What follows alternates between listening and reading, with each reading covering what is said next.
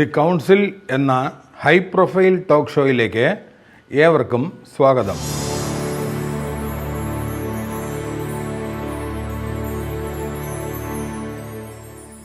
ഞാൻ അഡ്വക്കേറ്റ് ഹരീഷ് മഹാദേവൻ, IPR-ലും ക്രിമിനൽ ലോയിലും സ്പെഷ്യലൈസ് ചെയ്യുന്നു. നിയമപരമായ വസ്തുതകൾ ചർച്ച ചെയ്യുന്നതിനും സംശയങ്ങൾ തീർക്കുന്നതിനുമുള്ള ഒരു പ്ലാറ്റ്ഫോമാണിത്. ഇന്ന് ഞാൻ സംസാരിക്കാൻ പോകുന്നത് വിശ്വാസത്തിൻ്റെ ശക്തിയെക്കുറിച്ചും വിശ്വാസം ഒരു വ്യക്തിയെ എങ്ങനെയെല്ലാം മാറ്റും, പ്രവൃത്തികളെ എങ്ങനെ സ്വാധീനിക്കും എന്നതിനെക്കുറിച്ചാണ്.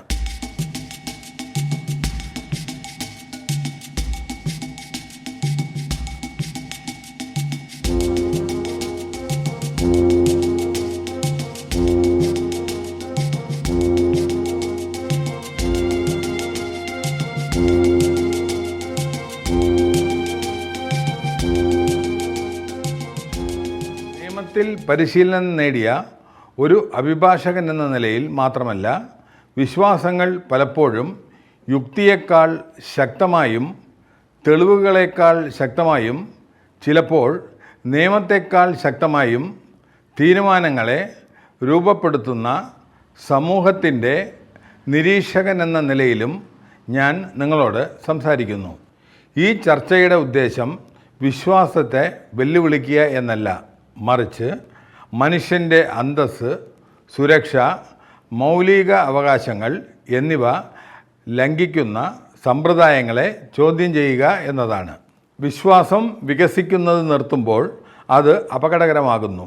ചോദ്യം ചെയ്യൽ നിരുത്സാഹപ്പെടുത്തുമ്പോൾ, ഭയം ധാരണയെ മാറ്റിസ്ഥാപിക്കുമ്പോൾ, അധികാരം യുക്തിയെ മാറ്റിസ്ഥാപിക്കുമ്പോൾ അന്ധവിശ്വാസം വേരൂന്നാൻ തുടങ്ങുന്നു. വൈകാരികമായോ സാമ്പത്തികമായോ ശാരീരികമായോ ആളുകൾ ദുർബലരായ അന്തരീക്ഷത്തിൽ ഇത് തഴച്ചു വളരുന്നു. രോഗിയായ ഒരു കുട്ടിയെക്കുറിച്ച് ആശങ്കയുള്ള ഒരു മാതാപിതാക്കൾ, ദാരിദ്ര്യം നേടുന്ന ഒരു കുടുംബം, മരണത്തെ ഭയപ്പെടുന്ന ഒരു പ്രായമായ വ്യക്തി, യുക്തിരഹിതമോ ദോഷകരമോ ആയ രീതികൾ സ്വീകരിക്കാൻ വ്യക്തികൾ ഏറ്റവും കൂടുതൽ സാധ്യതയുള്ള നിമിഷങ്ങളാണിവ.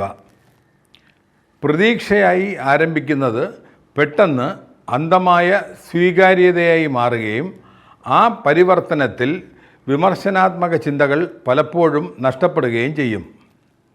അത്തരം വിശ്വാസങ്ങൾ വ്യത്യസ്ത രൂപങ്ങളിൽ പ്രകടമാകുന്നത് എങ്ങനെയെന്ന് നമുക്ക് കൂടുതൽ സൂക്ഷ്മമായി പരിശോധിക്കാം.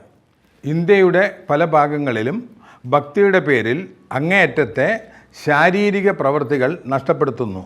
അഗ്നിക്കാവടി, ശരീരം തുളച്ചുള്ള ആചാരങ്ങൾ, സ്വയം വരുത്തി വയ്ക്കുന്ന വേദന തുടങ്ങിയ ആചാരങ്ങൾ പലപ്പോഴും വിശ്വാസത്തിൻ്റെ പ്രകടനമായി ആഘോഷിക്കപ്പെടുന്നു.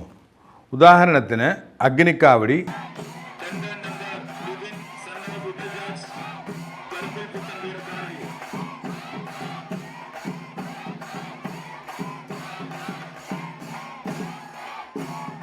പങ്കുനി ഉത്തരം പോലുള്ള ഉത്സവങ്ങളിൽ പലപ്പോഴും അവതരിപ്പിക്കപ്പെടുന്ന തീവ്രമായ ഹിന്ദു തീ നടത്ത ആചാരമാണ് അഗ്നിക്കാവടി. ചൂടുള്ള കരി മേലേരി കത്തിക്കുന്ന കുഴിയിലൂടെ നടക്കുന്നു. തിളങ്ങുന്ന തീയിലൂടെ നടക്കുമ്പോൾ പങ്കെടുക്കുന്നവർ പലപ്പോഴും തോളിൽ ഒരു കാവടി വഹിക്കുന്നു. ഭക്തർ സാധാരണയായി ദിവസങ്ങൾക്ക് മുമ്പ് കർശനമായ ഉപവാസം, വ്രതം ആചരിക്കുകയും യാഗത്തിൻ്റെ ഭാഗമായി ചെറിയ കുന്തങ്ങളോ അല്ലെങ്കിൽ വേല്, സൂചികളോ ഉപയോഗിച്ച് ശരീരത്തിൽ തുളച്ചു കയറ്റുകയും ചെയ്യും. ദക്ഷിണേന്ത്യയിലും തമിഴ് പ്രവാസികളിലും ഈ ആചാരം ജനപ്രിയമാണ്. ഭക്തർക്ക് അചഞ്ചലമായ വിശ്വാസത്തിലൂടെ വേദനയെ മറികടക്കാൻ സാക്ഷ്യം വഹിക്കുന്ന നിരവധി കാണികളെ ഇത് ആകർഷിക്കുന്നു.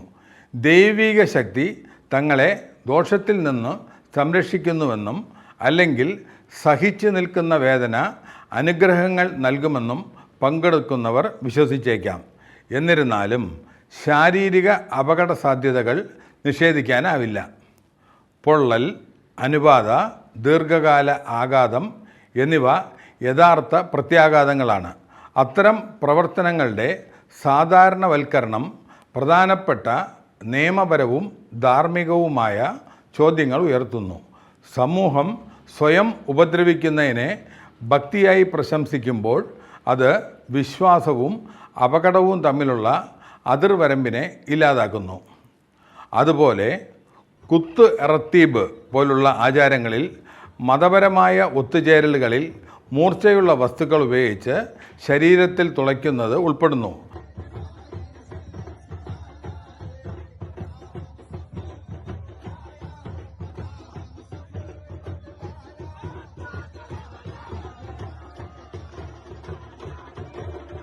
തങ്ങൾ ദൈവീക സംരക്ഷണത്തിലാണെന്ന് വിശ്വസിച്ച് പങ്കെടുക്കുന്നവർ പലപ്പോഴും ട്രാൻസ് പോലുള്ള അവസ്ഥയിലേക്ക് പ്രവേശിക്കുന്നു. ആചാരവേളയിൽ ബൈത്തുകൾ അല്ലെങ്കിൽ റത്തീബുകൾ ആലപിക്കുന്നു. റിഫായി റാത്തീബിൻ്റെ ഉയർന്ന അവസ്ഥകളിൽ റിഫായി അനുയായികൾ ജീവനുള്ള പാമ്പുകളെ ഭക്ഷിക്കുകയും തീ നിറച്ച അടുപ്പുകളിൽ പ്രവേശിക്കുകയും സിംഹങ്ങളിൽ സവാരി ചെയ്യുകയും ചെയ്തതായി ശ്രദ്ധിക്കപ്പെട്ടു. അനുയായികൾ ഇരുമ്പ് കൂമ്പാരങ്ങളും ഗ്ലാസുകളും അവരുടെ ശരീരത്തിലേക്ക് വലിച്ചെറിയുന്നതും കാണാം. സ്വന്തം ശരീരത്തിൻ്റെ ഭാഗങ്ങളായ നാവ്, ചെവി, വയറ് എന്നിവ കത്തിയും മൂർച്ചയുള്ള ഉരുക്ക് ഉപകരണങ്ങളും ഉപയോഗിച്ച് തുളച്ചു കയറ്റുന്നത് പോലുള്ള പ്രവൃത്തികളാണ് ആചാരത്തിൽ ഉൾപ്പെടുന്നത്. അനുഷ്ഠാനത്തിൻ്റെ അനുയായികളായും പ്രധാന കഥാപാത്രങ്ങളും വിശ്വസിക്കുന്നത്. കലാകാരന്മാരുടെ ശരീരത്തിൽ ആയുധങ്ങൾ ഉപയോഗിച്ച് പരുക്കുകൾ വരുത്തിയിട്ടുണ്ടെങ്കിലും ഇവ ശരീരത്തിന് വേദനയോ കേടുപാടുകളോ ഉണ്ടാക്കുന്നില്ല എന്നതാണ്. റിഫായി സൂഫി സമ്പ്രദായത്തിലെ പലരുടെയും അഭിപ്രായത്തിൽ അവരുടെ ഷെയ്ക്കിൽ അല്ലെങ്കിൽ സന്യാസിയിൽ നിന്ന് ഇസാജത്ത് അല്ലെങ്കിൽ അനുമതി ലഭിച്ച ഭക്തരാണ് ആചാരം നടത്തുന്നത് എന്നതിനാൽ അത് പരിക്കുകൾ ഉണ്ടാക്കില്ലെന്ന് അവർ വിശ്വസിക്കുന്നു. അനുഭവം മാനസികമായി ശക്തമാണെങ്കിലും ശാരീരിക യാഥാർത്ഥ്യം മാറ്റമില്ലാതെ തുടരുന്നു. മനുഷ്യ ശരീരം ദുർബലമാണ്. അത്തരം പ്രവൃത്തികൾ ഗുരുതരമായ മെഡിക്കൽ സങ്കീർണതകൾക്ക് കാരണമാകും. മാത്രമല്ല, പങ്കെടുക്കാനുള്ള സാമൂഹിക സമ്മർദ്ദം തീവ്രമായിരിക്കും. പ്രത്യേകിച്ചും പാരമ്പര്യത്തെ ചോദ്യം ചെയ്യുന്നത് അനാദരവായി കാണുന്ന അടുത്ത ബന്ധമുള്ള കമ്മ്യൂണിറ്റികളിൽ.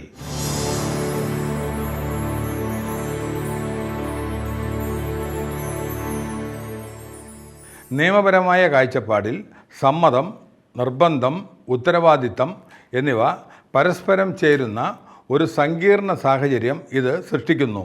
ശാരീരിക ആചാരങ്ങൾക്കപ്പുറം മരണവുമായും മരണാനന്തര ജീവിതവുമായി ബന്ധപ്പെട്ട വിശ്വാസങ്ങൾ നാം നേരിടുന്നു.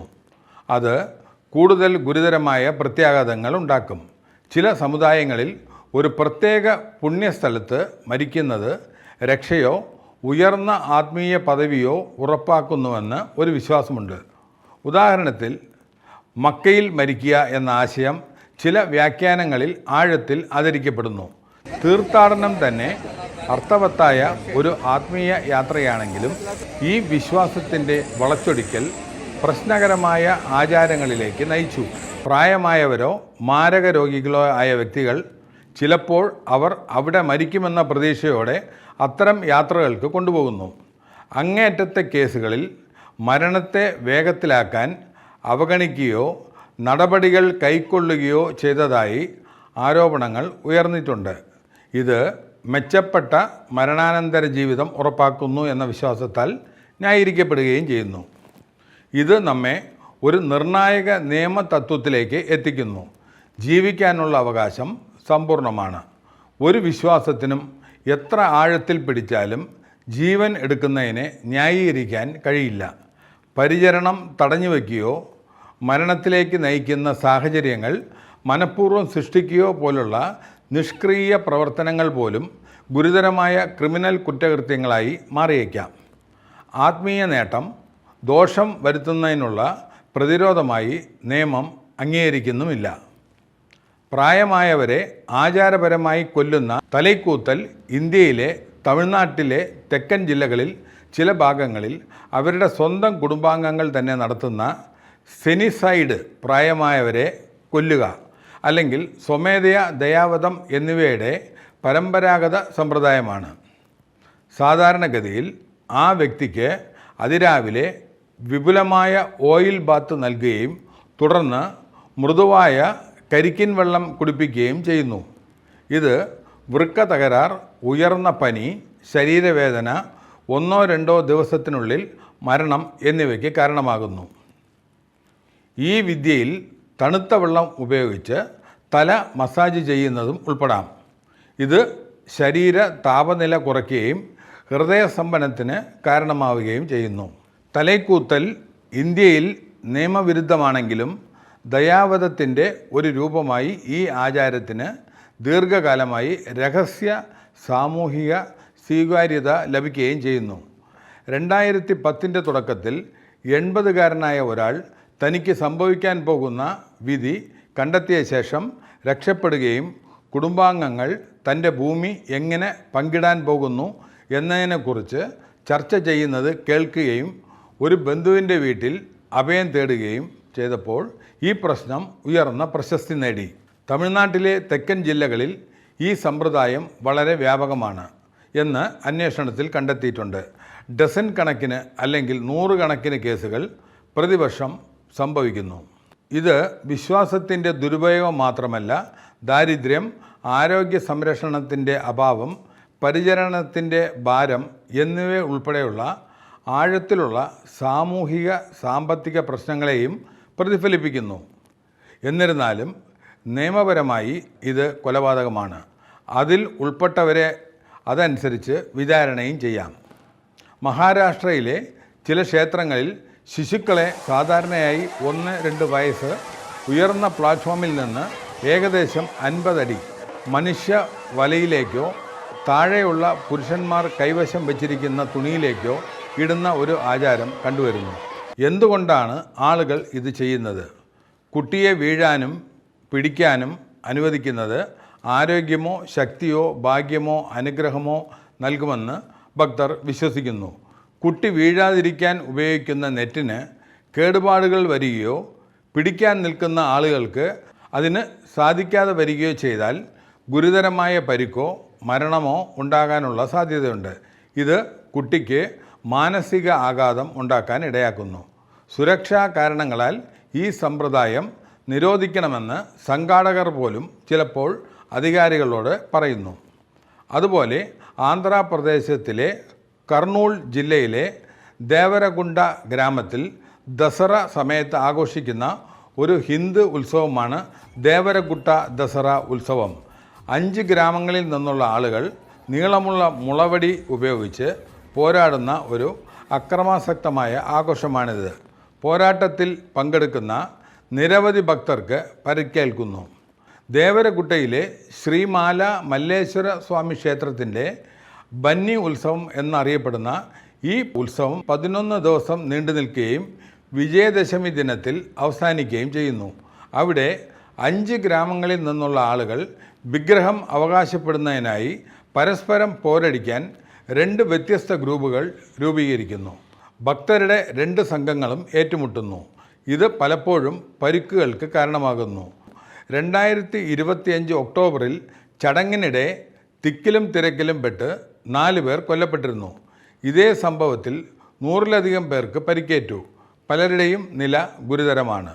അതുപോലെ വളരെ പ്രശസ്തമായ ജല്ലിക്കെട്ട് അല്ലെങ്കിൽ സള്ളിക്കാട്ട് ഒരു സീബു കാളയെ ഒരു ജനക്കൂട്ടത്തിലേക്ക് വിടുകയും കാള രക്ഷപ്പെടാൻ ശ്രമിക്കുമ്പോൾ പലരും കാളയുടെ പുറകിലെ വലിയ മുഴ 2 കൈകളാലും പിടിച്ചു നിർത്താൻ ശ്രമിക്കുകയും ചെയ്യുന്ന ഒരു പരമ്പരാഗത പരിപാടിയാണ് ഇത്. കാളയെ നിർത്താൻ ശ്രമിച്ചുകൊണ്ട് അവർ കഴിയുന്നത്ര സമയം കാളയെ മുറുകെ പിടിക്കുന്നു.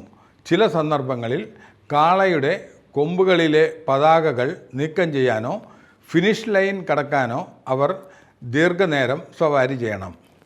ഇന്ത്യൻ സംസ്ഥാനമായ തമിഴ്നാട്ടിലെ ചില പ്രദേശങ്ങളിൽ, പ്രത്യേകം തെക്കൻ തമിഴ്നാട്ടിൽ എല്ലാ വർഷവും ജനുവരിയിൽ നടക്കുന്ന മാട്ടുപ്പൊങ്കൽ ദിനത്തിൽ പൊങ്കൽ ആഘോഷങ്ങളുടെ ഭാഗമായി ജല്ലിക്കെട്ട് സാധാരണയായി പരിശീലിക്കുന്നു. കായിക ഇനവുമായി ബന്ധപ്പെട്ട പരിക്കുകളും മരണങ്ങളും കാരണം പങ്കെടുക്കുന്നവർക്കും മൃഗങ്ങൾക്കും മൃഗസംരക്ഷണ സംഘടനകൾ ഈ കായിക ഇനം നിരോധിക്കണമെന്ന് ആവശ്യപ്പെട്ടിട്ടുണ്ട്. അതിൻ്റെ ഫലമായി കഴിഞ്ഞ വർഷങ്ങളിൽ സുപ്രീം കോടതി നിരവധി തവണ ഇത് നിരോധിച്ചു. എന്നിരുന്നാലും നിരോധനത്തിനെതിരെ ജനങ്ങളിൽ നിന്നുള്ള പ്രതിഷേധത്തെ തുടർന്ന് കായികം തുടരുന്നതിനായി 2017 ഒരു പുതിയ ഓർഡിനൻസ് പാസാക്കി. ഓരോ വർഷവും നിരവധി പരിക്കുകളും മരണങ്ങളും സംഭവിക്കുന്നു. ഇതിലൂടെ കാളകൾക്കും ആളുകൾക്കും ഗുരുതരമായി പരിക്കേൽക്കാം. ഉർസ് ഫെസ്റ്റിവലുകൾ കണ്ണു തുളയ്ക്കുന്ന ഒരു സമ്പ്രദായം നിലവിലുണ്ട്. ഈ ആചാരം പ്രധാനമായും ചില സൂഫി ആരാധനാലയങ്ങളിൽ ആചരിക്കുന്നു. ശാരീരിക വേദന സഹിക്കുന്നത് ആത്മാവിനെ ശുദ്ധീകരിക്കുകയോ ആഴത്തിലുള്ള വിശ്വാസം പ്രകടിപ്പിക്കുകയോ ചെയ്യുമെന്ന് വിശ്വസിച്ച ഭക്തർ അങ്ങേയറ്റത്തെ ഭക്തിപ്രവർത്തനങ്ങൾ നടത്തുന്നു.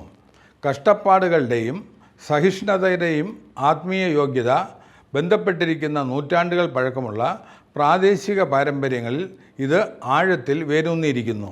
ഭക്തർക്ക് ചെറിയ കത്തികൾ അല്ലെങ്കിൽ സ്ക്രൂവറുകൾ നേത്രഗോളത്തിന് സമീപത്തോ പുറത്തോ അമർത്താം. മതപരമായ പശ്ചാത്തലത്തിൽ പരിചയസമ്പന്നരായ പരിശീലകരുടെ മേൽനോട്ടത്തിലാണ് നടപടിക്രമങ്ങൾ സാധാരണയായി നടത്തുന്നത്. ഈ പ്രവൃത്തി ഹ്രസ്വമാണ്. അത് ചെയ്യുന്നതിന് മുമ്പ് ഭക്തർ പലപ്പോഴും മാനസികമായും ആത്മീയമായും തയ്യാറെടുക്കുന്നു. മെഡിക്കൽ മാനദണ്ഡങ്ങളുമായി താരതമ്യപ്പെടുത്തുമ്പോൾ സുരക്ഷാ നടപടികൾ വളരെ കുറവാണ്. ഇത് വളരെ അപകടകരമാക്കുന്നു. ഈ സമ്പ്രദായം കണ്ണിന് സ്ഥിരമായ കേടുപാടുകളോ അന്ധതയോ ഉണ്ടാക്കാനുള്ള ഗുരുതരമായ അപകട സാധ്യത വഹിക്കുന്നു. ഇത് പല മേഖലകളിലും നിയമവിരുദ്ധമാണ്. ഹൂക്ക് സ്വിങ് അല്ലെങ്കിൽ തൂക്കം തെക്ക് കിഴക്കൻ ഏഷ്യയിലും ദക്ഷിണേന്ത്യയിലും ഉത്സവങ്ങളിൽ കാണപ്പെടുന്ന ഭക്തർ അവരുടെ ചർമ്മത്തെ കൊളുത്തുകൾ കൊണ്ട് തുളച്ചു കയറ്റുകയും ഉയരമുള്ള വസ്തുക്കളിൽ സ്വയം തൂക്കിയിടുകയും ചെയ്യുന്ന ഒരു ആചാരമാണ് ഹൂക്ക് സ്വിങ്. ഇത് ശരീരത്തെ ശുദ്ധീകരിക്കുകയോ സഹിഷ്ണുത പരിശോധിക്കുകയോ നേർച്ചകൾ നിറവേറ്റുകയോ ചെയ്യുമെന്ന് വിശ്വസിക്കപ്പെടുന്നു. ചില ഹിന്ദു ഗോത്ര സന്ദർഭങ്ങളിൽ ഇത് നന്ദി പറച്ചിൽ അല്ലെങ്കിൽ തപസ് ആചാരങ്ങളുടെ ഭാഗമാണ്. സ്റ്റെയിൻലെസ് സ്റ്റീൽ ഹൂക്കുകൾ ചർമ്മത്തിലൂടെ പലപ്പോഴും പുറകിലോ തോളിലോ ചേർക്കുന്നു. പിന്നീട് ആ വ്യക്തിയെ ഉയർത്തുകയോ സസ്പെൻഡ് ചെയ്യുകയോ ചെയ്യുന്നു. അണുബാധ, ചർമ്മം കീറൽ, സ്ഥിരമായ പാടുകൾ എന്നിവയ്ക്കുള്ള അങ്ങേയറ്റത്തെ അപകട സാധ്യതയുണ്ട് ഈ ആചാരങ്ങൾക്ക്.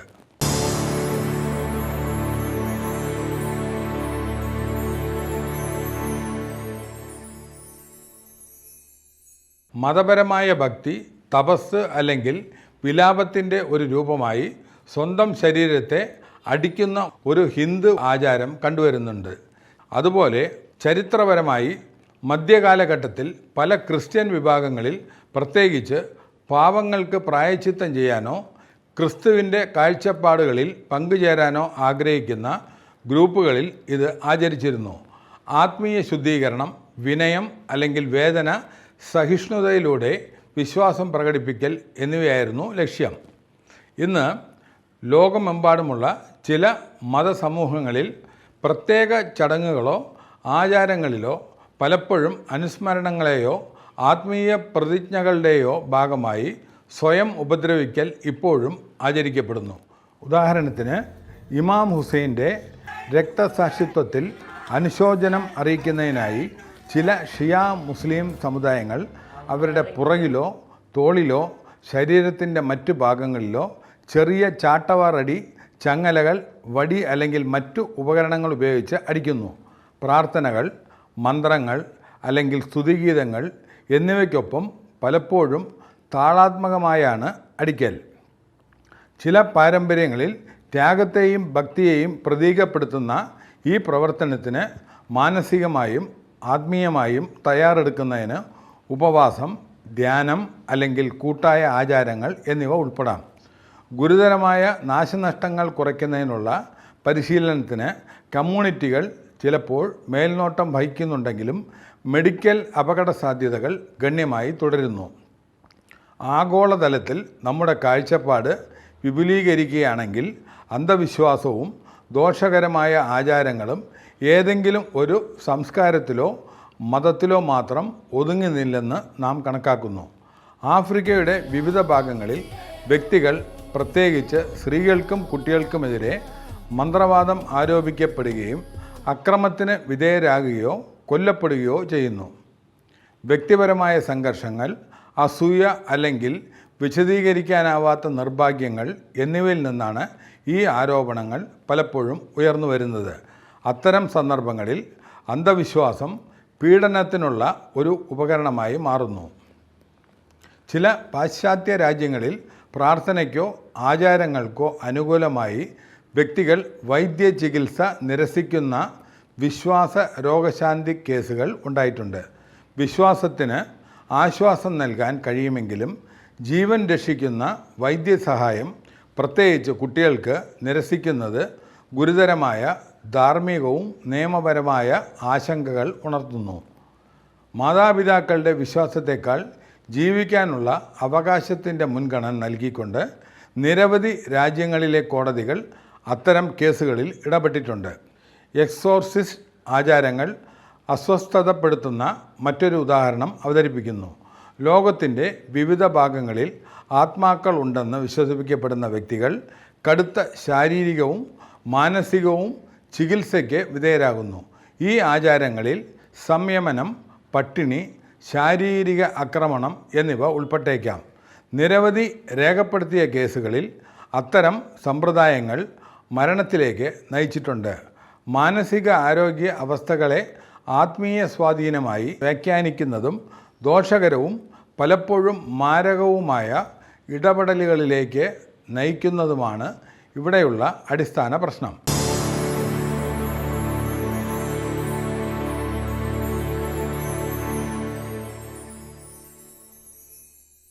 മനുഷ്യരെയും മൃഗങ്ങളെയും ബലിയർപ്പിക്കുന്നത് അപൂർവമാണെങ്കിലും ചില പ്രദേശങ്ങളിൽ ഇപ്പോഴും നടക്കുന്നു. സമ്പത്തോ അധികാരമോ സംരക്ഷണമോ കൊണ്ടുവരുമെന്ന വിശ്വാസത്താൽ നയിക്കപ്പെടുന്ന ഈ പ്രവൃത്തികൾ പലപ്പോഴും രഹസ്യമായാണ് നടത്തുന്നത്. എന്തുകൊണ്ടാണ് ആളുകൾ ഇപ്പോഴും അവരെ വിശ്വസിക്കുന്നത്? ഉത്തരം സങ്കീർണമാണ്. സാംസ്കാരിക സാഹചര്യങ്ങൾ, വിദ്യാഭ്യാസത്തിൻ്റെ അഭാവം, ആരോഗ്യ സംരക്ഷണത്തിനുള്ള പരിമിതമായ പ്രവേശനം, മാനസിക ഘടകങ്ങൾ എന്നിവയുടെ സംയോജനം ഇതിൽ ഉൾപ്പെടുന്നു. പല കേസുകളും തങ്ങൾ അനുഭവിക്കുന്നത് ദോഷകരമോ നിയമവിരുദ്ധമോ ആണെന്ന് വ്യക്തികൾക്ക് അറിയില്ല. അവർക്ക് സമുദായ നേതാക്കളെയും മത നേതാക്കളെയും കുടുംബ പാരമ്പര്യങ്ങളെയും സംശയമില്ലാതെ വിശ്വസിക്കാം.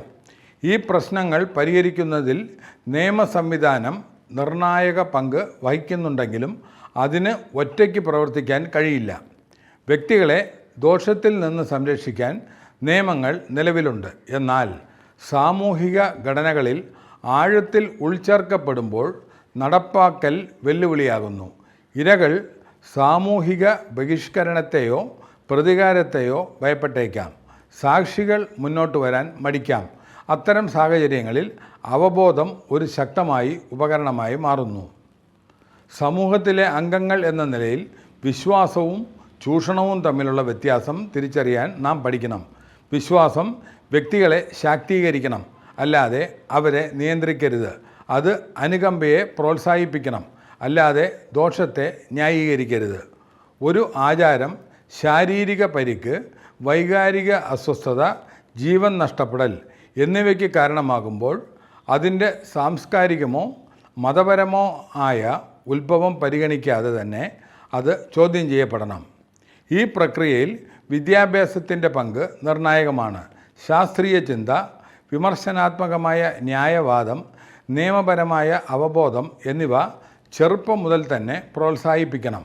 ചോദ്യം ചെയ്യാനും വിശകലനം ചെയ്യാനും അറിവോടെയുള്ള തീരുമാനങ്ങൾ എടുക്കാനുമുള്ള കഴിവ് ആളുകൾക്ക് ഉണ്ടായിരിക്കണം. അതേസമയം ബോധവൽക്കരണ ശ്രമങ്ങൾ സെൻസിറ്റീവും മാന്യവുമായിരിക്കണം. മാറ്റം നിർബന്ധിക്കാനാവില്ല. സംഭാഷണം, ധാരണ, സഹാനുഭൂതി എന്നിവയിലൂടെ അത് നയിക്കപ്പെടണം. ഒരു അഭിഭാഷകൻ എന്ന നിലയിൽ നിയമത്തെക്കുറിച്ചുള്ള അജ്ഞത തിരിച്ചെടുക്കാനാവാത്ത പ്രത്യാഘാതങ്ങളിലേക്ക് നയിച്ച കേസുകൾ ഞാൻ കണ്ടിട്ടുണ്ട്. പാരമ്പര്യമനുസരിച്ച് പ്രവർത്തിക്കുന്നുവെന്ന് വിശ്വസിച്ച വ്യക്തികൾ ഗുരുതരമായ ക്രിമിനൽ കുറ്റങ്ങൾ നേരിടുന്നതായി കണ്ടെത്തി. ജീവൻ നഷ്ടപ്പെട്ടതുകൊണ്ട് മാത്രമല്ല, അവരുടെ പ്രവൃത്തികൾ ദോഷകരവും നിയമവിരുദ്ധവുമാണെന്ന് തിരിച്ചറിഞ്ഞതിലൂടെയും കുടുംബങ്ങൾ പിളർന്നു. അതുകൊണ്ടാണ് ഇതുപോലുള്ള സംഭാഷണങ്ങൾ അനിവാര്യമാകുന്നത്. അവ പ്രതിഫലനത്തിന് ഇടം സൃഷ്ടിക്കുന്നു. ചോദ്യം ചെയ്യാതെ അംഗീകരിക്കപ്പെട്ട രീതികളെക്കുറിച്ച് പുനർവിചിന്തനം ചെയ്യാൻ അവർ ആളുകളെ പ്രോത്സാഹിപ്പിക്കുന്നു. അറിവുള്ളതും ഉത്തരവാദിത്തമുള്ളതുമായ തിരഞ്ഞെടുപ്പുകൾ നടത്താൻ അവ വ്യക്തികളെ പ്രാപ്തരാക്കുന്നു. നാം മുന്നോട്ട് പോകുമ്പോൾ സംസ്കാരം സ്ഥിരമല്ലെന്ന് ഓർത്തിരിക്കേണ്ടത് പ്രധാനമാണ്. കാലത്തിനനുസരിച്ച് അത് വികസിക്കുന്നു. ഒരിക്കൽ സ്വീകാര്യമായി കണക്കാക്കപ്പെട്ടിരുന്ന ആചാരങ്ങൾ ഒരു ആധുനിക സമൂഹത്തിൻ്റെ പ്രസക്തമോ ധാർമ്മികമോ ആയിരിക്കില്ല. ഒരു സംസ്കാരത്തിൻ്റെ യഥാർത്ഥ ശക്തി പൊരുത്തപ്പെടാനും ദോഷകരമായവ ഉപേക്ഷിക്കുമ്പോൾ അതിൻ്റെ അടിസ്ഥാന മൂല്യങ്ങൾ നിലനിർത്താനുമുള്ള കഴിവാണ്. നമ്മുടെ ഈ ചർച്ചയുടെ കേന്ദ്ര ആശയത്തിലേക്ക് മടങ്ങാം.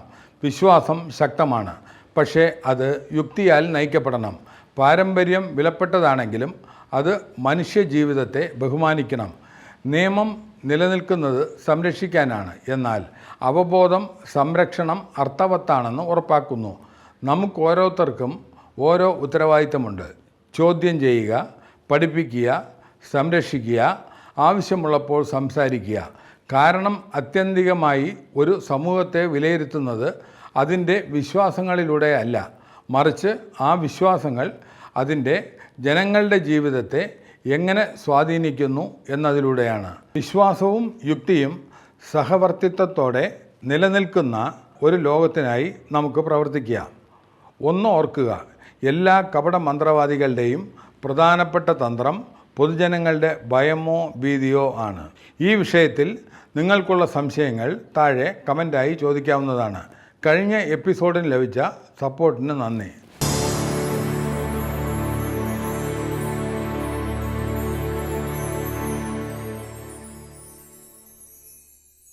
നമസ്കാരം.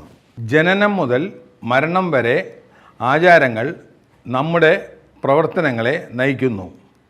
വിശ്വാസം നമ്മുടെ നിലനിൽപ്പിന് അർത്ഥം നൽകുന്നു. എന്നിരുന്നാലും വിശാലവും മനോഹരവുമായ ഈ വിശ്വാസ സമ്പ്രദായത്തിനുള്ളിൽ ഒരു ഇരുണ്ട പാളി നിലനിൽക്കുന്നു. അന്ധവിശ്വാസങ്ങളുടെയും ദോഷകരമായ ആചാരങ്ങളുടെയും മേഖലയാണിത്. ഇവ എല്ലായ്പ്പോഴും വ്യക്തമല്ല. ഒറ്റ നോട്ടത്തിൽ അവ എല്ലായ്പ്പോഴും അക്രമാസക്തമായി കാണപ്പെടുന്നില്ല.